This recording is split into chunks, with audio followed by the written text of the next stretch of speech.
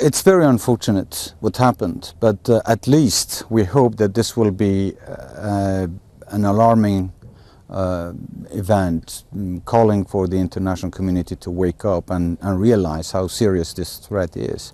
So we hope that this will be a game changer. We hope that there will be some more engagements and some more commitments by the international community to feel that they have to face this challenge and eradicate ISIS anywhere that they operate, to make sure that such terrorist activities would not be repeated. So do you see attacks like the one in Paris as a sign of weakness on the part of IS? On the ground, we feel that they are weaker than they used to be, but that by no means an indication that ISIS has significantly weakened. They might be losing some grounds here and there, but to them, to terrorize, of course, they are using different methods, and I think this is probably a change of the tactics. And they might try to do more of this if they're not stopped and if they're not kept under pressure. So what, in your opinion, would it take to defeat ISIS, not just to contain them and keep them under pressure, to actually beat them?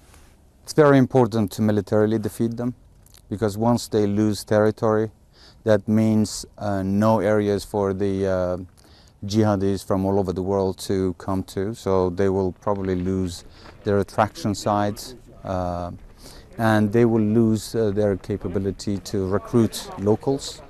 They will lose their capability to raise funds.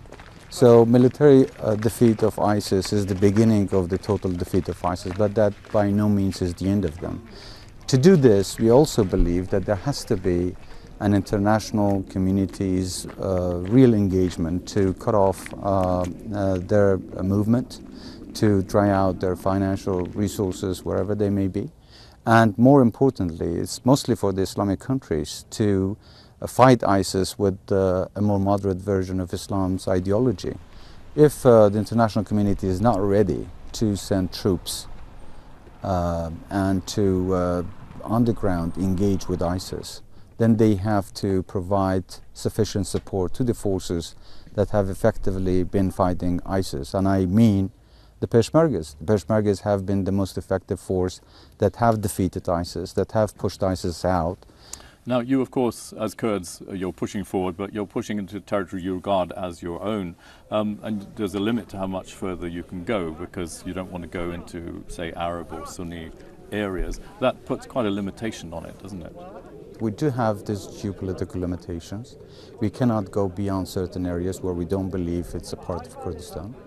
But in order to fight ISIS in those areas, we all have to come to some sort of agreements, and we have to have a coalition force.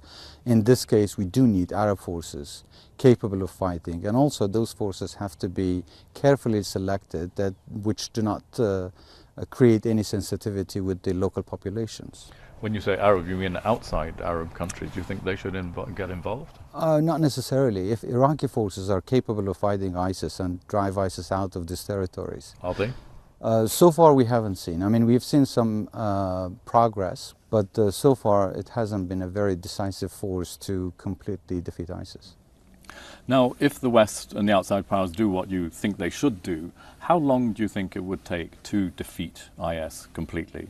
I think if the international community is willing to fully engage and militarily defeat ISIS, it should not take more than months or perhaps even weeks.